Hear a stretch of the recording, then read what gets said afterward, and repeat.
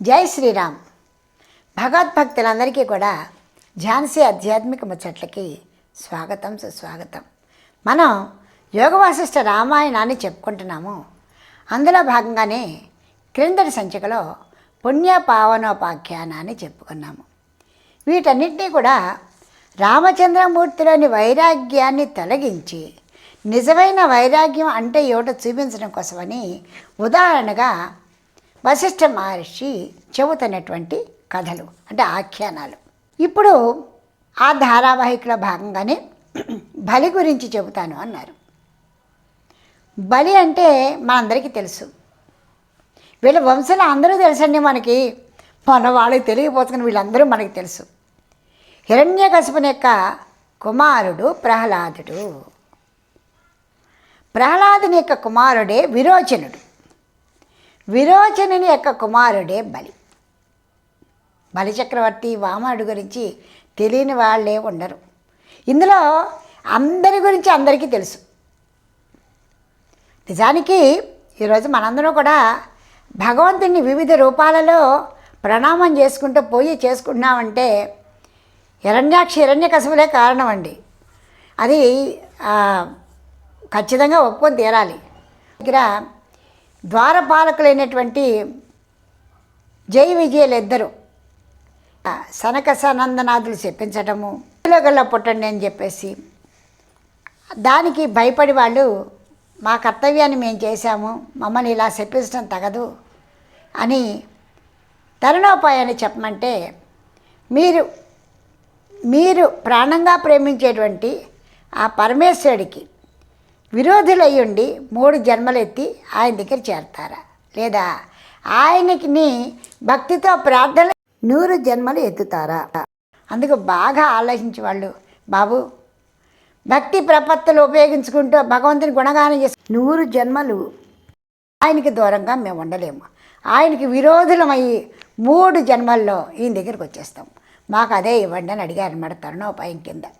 అంటే ఇక్కడ కూడా మనం అర్థం చేసుకోవాల్సింది ఏంటంటే భగవంతుని ఎంత బాగా తిట్టిపోస్తామో అంత తొందరగా మోక్షం వస్తుందండి.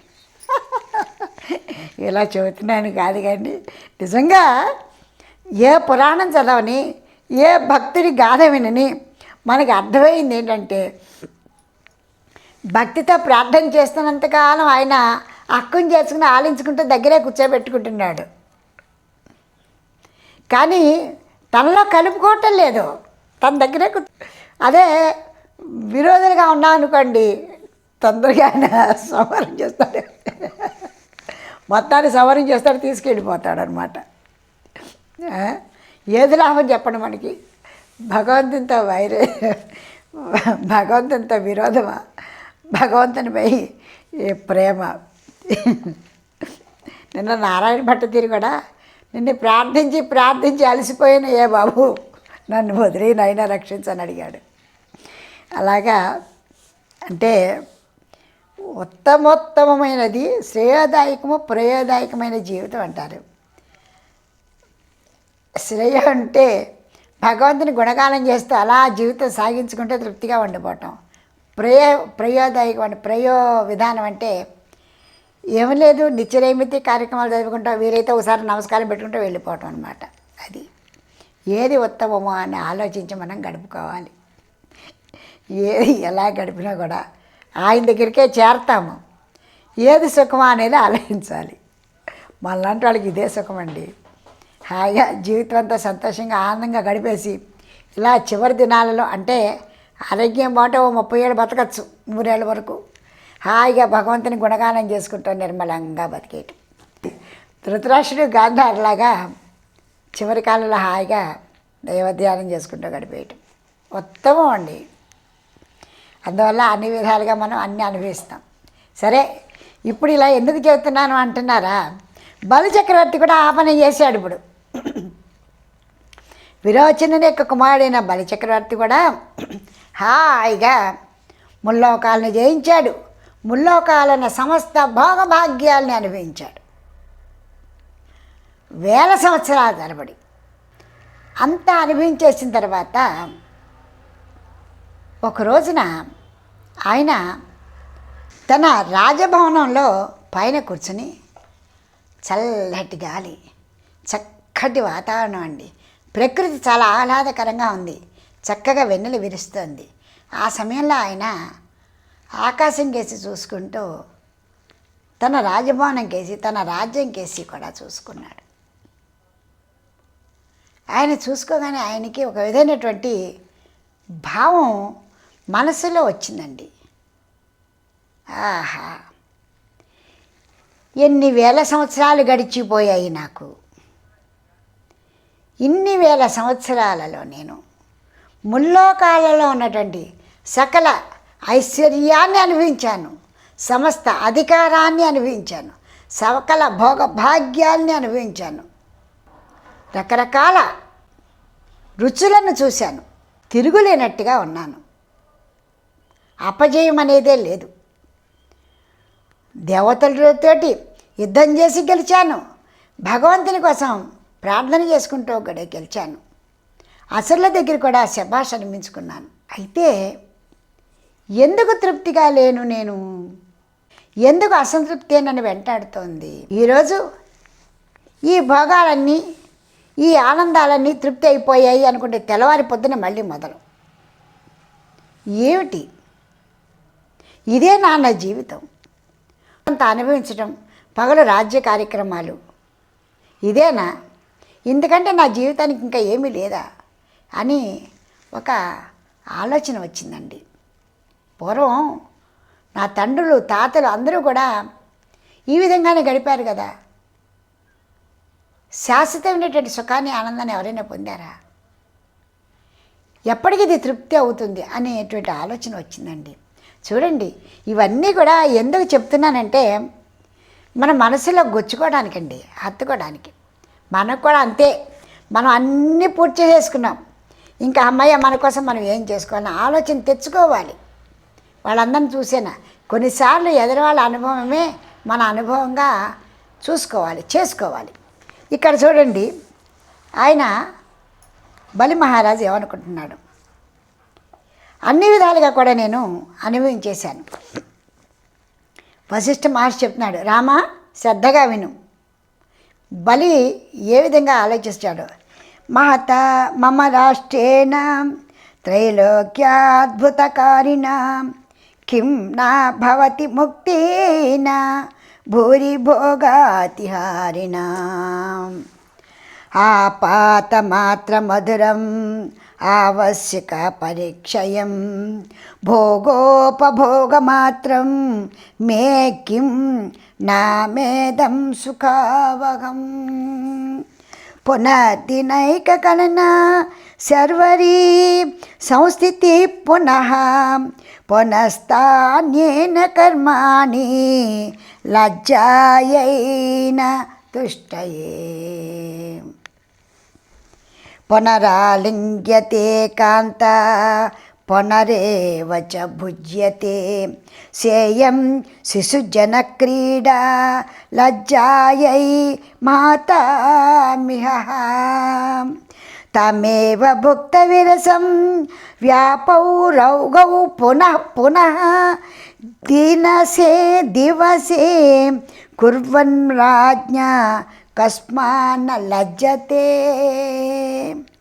దినసే దివసే కుర్వన్మాజ్ఞా కస్మాన్న లజ్జతే పునర్దినం పునరాత్రి పునః కార్యపరంపరా పునః పునరహం మన్యే ప్రాజ్ఞస్యేయం విడంబన. ఏమిటండి ఇన్ని శ్లోకాలు చదివేశారు? ఏం అర్థమవుతుంది అన్న? పూర్తిగా అర్థమవుతుందండి. నేను చెప్తున్నాను వినండి. ఆయన ఏమనుకున్నాడు తెలుసా? తన రాజ్యాన్ని, తన రాజభవనాన్ని, తన పరివారాన్ని చూసుకుని ఇన్ని వేల సంవత్సరాలు అనుభవించాను, యుగాలు గడిచిపోయేమో కూడా తెలీదు, నాకేం లాభం కలిగింది? కనీసం ఒక గొప్ప పరివర్తన నాలో వచ్చిందా? ఓహో, ఇంతకాలం నేను చేశాను, ఇన్ని అనుభవించాను అని గొప్ప శోభాయమానమైనటువంటి విషయం నా మనసుకన్నా కలిగిందా? అదే పగలు, అదే రాత్రి. ఈరోజు పగలు ఏం చేశాను, ఈరోజు రాత్రి నేనేం చేశాను, ఆ మర్నాడు కూడా అదే పగలు అదే రాత్రి అవే పనులు చేస్తున్నాను. అదే తిండి, అదే శయనం, అదే స్నానం. స్నాన భోజన శయనాదుల్లో ఏమీ మార్పు లేదు. రాత్రి అయితే సంసార జీవితము, పగలైతే రాజ్యాధికారము. అవే పిల్లలు, అవే స్త్రీలు, అవే భోగాలు, అవే భాగ్యాలు. ఇవన్నీ అనుభవించి ఆ రోజు తెల్లవారి బయటకు వచ్చేప్పటికి ఆలోచిస్తే నాకే సిగ్గుగా ఉంది. చెప్పుకోవడానికి కూడా గొప్పగా ఏమీ లేదు. సాధించింది కూడా ఏమీ కనిపించట్లేదు. వీటి కోసం పెద్ద కష్టపడాల్సిన పని కూడా లేదు. రాజ్యం సంప్రాప్తించింది, అధికారం ఉంది, రాజ్యాన్ని పాలిస్తున్నాను, పెండ్లి చేసుకున్నాను, భార్యలు ఉన్నారు, బాగా అనుభవిస్తున్నాను. హాయిగా తపధ్యానాలు చేసుకున్నాము, బిడ్డలు వస్తున్నారు, వాళ్ళని యుక్తిపరులుగా శక్తివంతులుగా తయారు చేస్తున్నాము. ఇందులో కష్టపడుతుంది ఏముంది? అందరూ చేస్తున్నారు, మనము చేస్తున్నాం.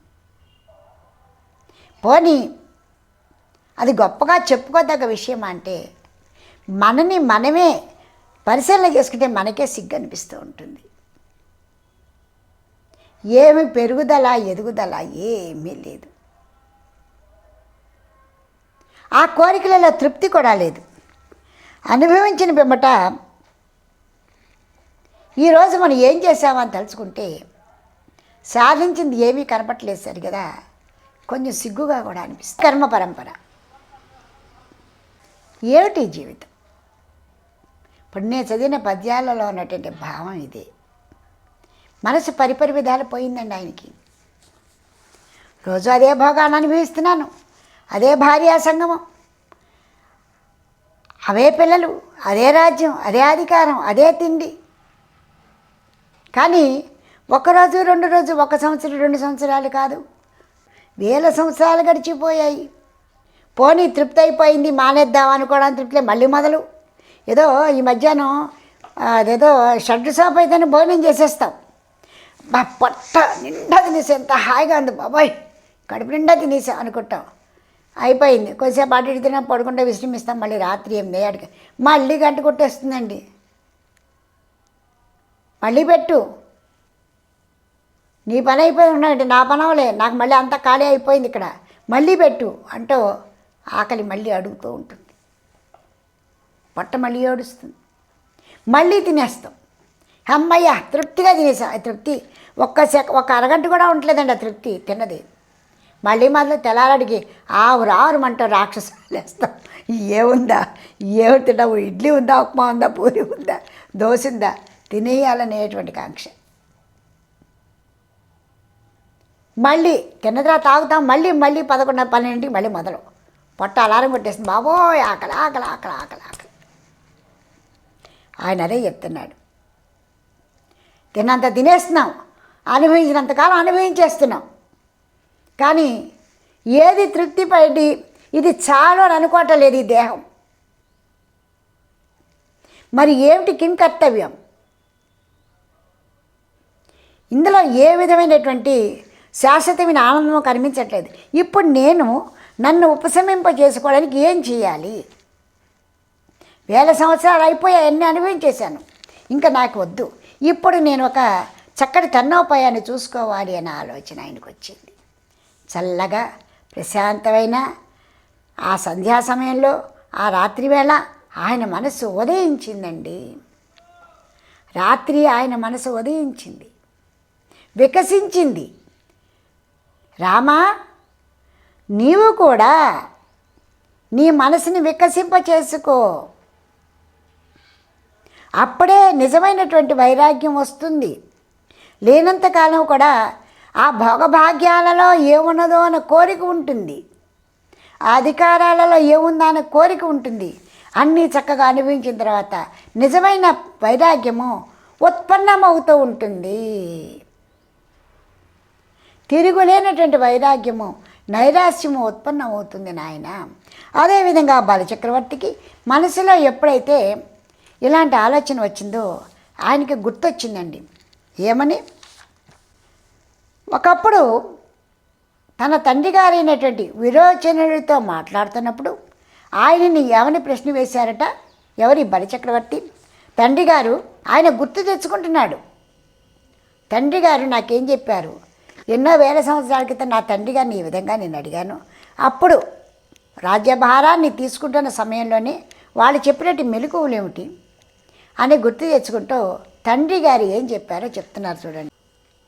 దేనిని పొందితే కిం ప్రాప్తేహ ఈయన కోపశాంతో మనోమోహ క్వాతీత సకలైషణా విరామరహితం కుత్ర తాత విశ్రమణం చిరం.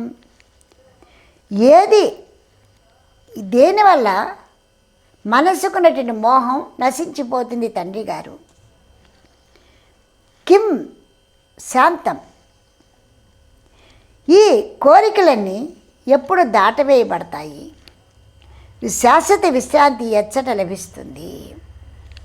అదేవిధంగా కిం ప్రాప్తేహ నమ సమస్తేభ్య ప్రాప్తేస్మిన్ తృప్తిమాం పనూన్ కిం దృష్ట్వా దర్శనం భూయో న తాతోపకరోత్యలం.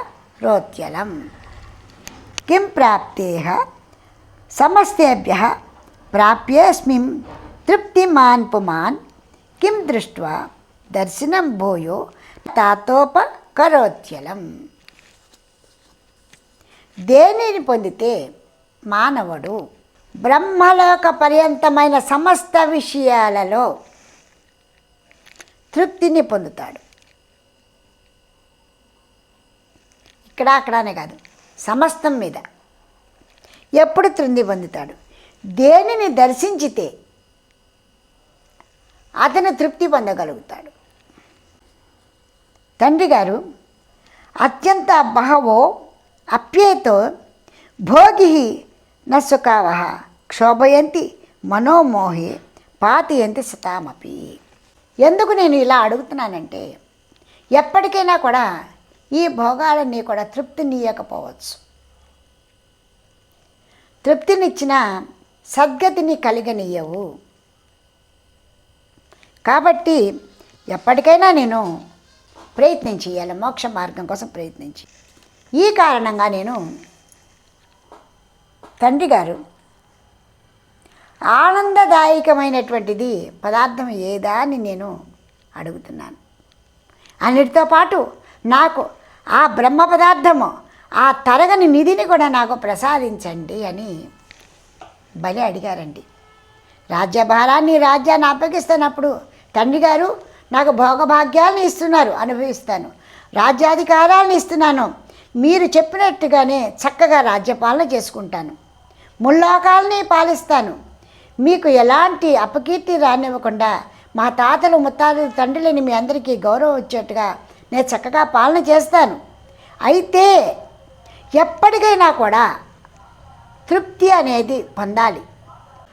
అన్నీ అయిన తర్వాత అయినా కూడా నాకుగా నన్ను నేను ఉద్ధరించుకోవాల్సిన పరిస్థితి వస్తే నేను ఏం చేయాలి? అప్పుడు ఈ మనసుని ఏ విధంగా ఉపశమనం చేసుకోవాలి? ఏ విధంగా ఈ మోహాల నుండి ఎప్పుడైతే దిగిపోయానో మోహాలలోకి, ఆ మోహాల నుండి బయటికి వచ్చేటువంటి మార్గాన్ని చూసుకోవాలి. కాబట్టి నాకు ఉత్తమమైనటువంటి మార్గాన్ని కూడా ఉపదేశించండి అని అడిగారు. ఆ విషయాన్ని ఈయన తన రాజ్యము తన కార్యకలాపాలన్నిటిలో కూడా పడిపోయి ఈ విషయం మరుగున పడిపోయింది. ఇప్పుడు సమయం వచ్చింది. ఆనందంగా ఉన్న సమయంలో, ఆహ్లాదకరంగా ఉన్న సమయంలో ఆయన తనని తాను ఒక్కసారి చూసుకున్నారు. నిజంగా మేల్కొన్నది ఇప్పుడే. ఆయన మేల్కొని ఆహా, ఇంతకాలం గడిపిన జీవితం కాదు, కాబట్టి ఇప్పుడు నేనేం చేయాలి?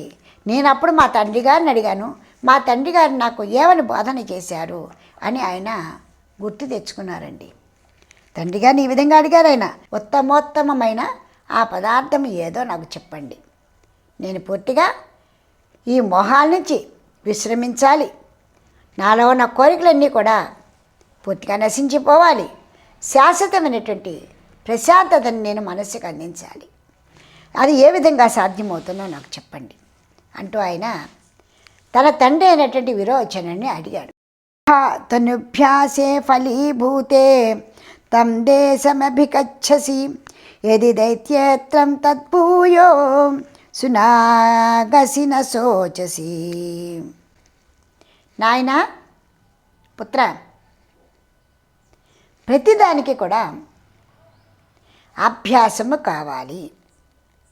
నీవు ఏ పని చేసి విశ్రాంతిని పొందాలి అనుకున్నావో ఆ పని అభ్యాస ఫలితంగానే లభిస్తుంది. నీ ఎప్పుడైతే మోహాల నుంచి బయటికి రావాలనుకున్నావో, ఎప్పుడైతే నీ మనసుకి పూర్తి విశ్రాంతిని ఇవ్వాలనుకున్నావో, ఎప్పుడైతే నీ మనసు ఏకాగ్రం చేయాలనుకున్నావో దాన్ని అభ్యాసం చెయ్యి. మొదటిగా నీ చేయవలసిన అభ్యాసం. తర్వాత సంశాంత సకలాయాస నిత్య ప్రముదితాశయా సాధనస్తత్ర తిష్టంతి ప్రశాంతాశేష సంశయా. ఎప్పుడైతే నీ మనసు భగవంతుని వైపు మరలిందో అప్పుడు సాధు సత్సంగ పురుషుల యొక్క సేవనం చెయ్యి. వారి యొక్క అనుభవాన్ని విను. వారి యొక్క అనుభవాన్ని నీ అనుభవంగా భావించుకో. సాంసారిక శ్రమలన్నీ కూడా శమించినటువంటి వారు, ఎప్పుడూ కూడా నిరంతరము ఆనందంగా గడుపుతున్నటువంటి సత్పురుషులు, అలాంటి సాధువుల యొక్క ఆత్మ, వాళ్ళ యొక్క స్థితి, వాళ్ళు ఏ విధమైనటువంటి చక్కటి స్థితికి వెళ్ళారో వారిని అడిగి తెలుసుకో. వారి వద్ద ఉండి వారి యొక్క అనుభవాన్ని పంచుకో. అంటే నీకు ప్రత్యక్షంగా అనుభవం అవుతుంది. రాజా తు తత్ర భగవాన్మాత్మా సర్వసదాతిగః తేన మత్రీకృత ప్రాజ్ఞో మనో నామ మహామతే. కుమారా, ఎవరో గురువు, ఎవరో సాధు సంతువులు అని ఆలోచన తెచ్చుకోవద్దు. నీ మనసే నీకు ప్రత్యక్ష గురువు. సర్వ పదాతీతులకు భగవంతుడైన ఆత్మయే ఇక్కడ రాజు. అతన్ని మించిన ప్రజ్ఞావంతుడైనటువంటి వారు లేరు. నీ మనస్సుని మంత్రిగా ఎంచుకొని నీవు ఏ మార్గంలోకి ప్రవేశించాలనుకున్నావో దాని గురించి ఆలోచన చెయ్యి. అప్పుడు నీవు తిరుగులేని మనిషిగా ఉండగలుగుతావు. మనోనిష్టతయా విశ్వమిదం పరిణతిం గతం ఘటత్వేనేన మృత్పిన్నో ధూమో ముద్భుతయైన చ. మట్టి ఏ విధమైనటువంటి మనం తయారు చేస్తున్న బొమ్మల రూపమో కొండ రూపంగా ఏ విధంగా రకరకాల రూపాలు ఎత్తుతూ ఉన్నదో, ధూమము ఏ విధంగా అంటే పొగ ఏ విధంగా మేఘంగా ఏర్పడుతూ ఉన్నదో, అలా వివిధ రకాలైన మట్టి బొమ్మలన్నీ కూరిస్తే మట్టి ఏ విధంగా తయారవుతూ ఉన్నదో, అదేవిధంగా మనసులో ఉన్న ఆలోచనలన్నీ కూడా ఈ జగత్తు నిర్మితం అవటానికి కారణం అవుతున్నాయని సంగతి తెలుసుకో. అంటే ఎప్పుడైతే నీ మనసు వల్లే సమస్తము కూడా నడుస్తుంది అనే ఆలోచన వస్తే మనసుని నీకు తెలియకుండానే నీవు నిలిపివేస్తావు. తన్మిజ్ఞతే జితం సర్వం సర్వమాసాదితం భవేత్ దుర్జయం తద్విజానీయాత్ ఉక్తైర్పరిజీయతే. కాబట్టి సమస్తానికి కూడా మనస్సే కారణము అని ఎప్పుడైతే నీకు తెలిసిందో, మనసులోని సంకల్పాలు వికల్పాలే సమస్తానికి కారణమవుతున్నాయని తెలిసిందో, నీకు తెలియకుండానే మనసుని నీవు ఆపేయగలుగుతావు, మనసుని జయించగలుగుతావు. తెల్లవారులేస్తే నీ మనసు అది కావాలి ఇది కావాలని కోరుతోంది, అది అనుభవించాలి ఇది అనుభవించాలని కోరుతోంది, అది పొందాలి ఇది పొందాలి అని కోరుతోంది. ఇది కష్టం, ఇది సుఖం, ఇది బాధ అని నీ మనసు భావిస్తోంది. ఈ భావాలన్నీ ఎప్పుడైతే నీవు శూన్యము అని భావించి మనసులోకి ఎలాంటి ఆ వికారాలని రానివ్వకుండా చేశావో మనసు తెలియకుండానే కట్టడైపోతుంది. కేవలము నీ సంకల్ప బలంతో క్షణమాత్రంలోనే నిన్ను నీవు నిగ్రహించుకోగలవు నాయనా. ఏ క్షణమైతే నీ మనస్సు ఈ భవబంధాలన్నింటినీ కూడా నాకు వద్దు అని దూరంగా పెట్టేస్తుందో తక్షణమే నీ మనస్సు పరిపక్వమైన దశకి వెళ్ళిపోతుంది. కేవలము యుక్తి చేత మాత్రమే నీకు ఏ కారణం వల్ల ఇవన్నీ వస్తున్నాయో అని తెలియగానే వెంటనే ఆ ఉపాయంతో నీవు క్షణమాత్రంలో నీ మనసుని నిశ్శబ్దంగా ఉంచగలుగుతావు. అందుకు బలి ఏమడుగుతున్నాడో చూద్దాం. ఎంత బాగా చెప్పారో చూడండి. వచ్చే సంచికలో బలి అంటే విరేచనేమిక కుమారుడు తండ్రి చెప్పిన మాటల్ని ఏ విధంగా అర్థం చేసుకున్నారు, ఏమని ప్రశ్నిస్తున్నారో అడుగుదాం. నాయనా రామా, నీవు కూడా సకల భోగాలు అనుభవించిన తర్వాత, సకల సౌకర్యాలు సకల కార్యాలు నిర్వహించిన తర్వాత వాటి మీద ఇలాంటి భోగాపేక్ష లేకుండా నిమిత్త మాత్రంగా నీవు మొదటి నుంచే ఉండగలిగితే నువ్వు ఎప్పటికీ జీవన్ముక్తుడివే. ఇప్పుడు బలి వచ్చే సంచికలో ఏం చెప్తున్నారో మనం విందాము. అలాగే వశిష్ఠ మహర్షి రామచంద్రమూర్తి కూడా ఏం చెప్తున్నారో విని తెలుసుకుందాం. చాలా చాలా అద్భుతమైనటువంటి విషయాలండి ఇవన్నీ కూడా. వెళ్ళిపోతున్నాం, పరుగు పెడుతున్నాం. ఎంత పరుగు పెట్టినా కూడా మనకి ఏది అందట్లేదు. అక్కడ ఎడారిలో పరుగు పెడుతున్నామండి మనం ఒయాసిస్ కోసమని. అలసిపోతున్నాం. అంతేగాని మనం ఇక్కడ నిలబడి కూర్చుని ఇది ఎడారా, అది ఒయాసిస్సా, నిజంగా మన కళ్ళు భ్రమ పొందుతున్నాయా, మనకు అది లభ్యమయ్యే విషయమేనా అని ఎప్పుడైనా మనం ఆలోచిస్తున్నామా? ఇంతకాలం ఏం చేసామో పక్కన పెట్టేద్దాం. ఉన్న సమయాన్ని వీళ్ళందరికీ మళ్ళీనే మనం కూడా సమస్త భాగ్యాలు అనుభవించేసాం. ఇక్కడి నుంచి మన మనస్సు దేనికోసం తపన పడాలో దానికి మాత్రమే తపన పడాలి. ఈ నేలపాటు పెళ్ళిళ్ళు చేసుకుని సంసారాలు చేస్తే 50 ఏళ్ళు వాళ్ళ కోసం తాపత్రయపడ్డామే. మన కోసం మనం 5 ఏళ్ళు 4 ఏళ్ళు 3 ఏళ్ళు 2 ఏళ్ళు 10 ఏళ్ళు మనకు తెలియదు ఆయు ప్రమాణం ఎంతకాలం ఉందో. మన కోసం మనం మన మనసు నిబ్బరంగా చేసుకుని దైవధ్యానం కోసం పెట్టుకోలేమా? మన కోసం మనం చేసుకోవద్దా? ఇంత వండి ఇంతైనా మనం తినద్దా? మనం తినకపోతే మన శరీరానికి ఎలా వస్తుందండి? ఇది ఖచ్చితంగా శరీరానికి శక్తి రావాలి, మన మనసుకి తృప్తినివ్వాలి. ఎలాంటి సందేహం లేదండి.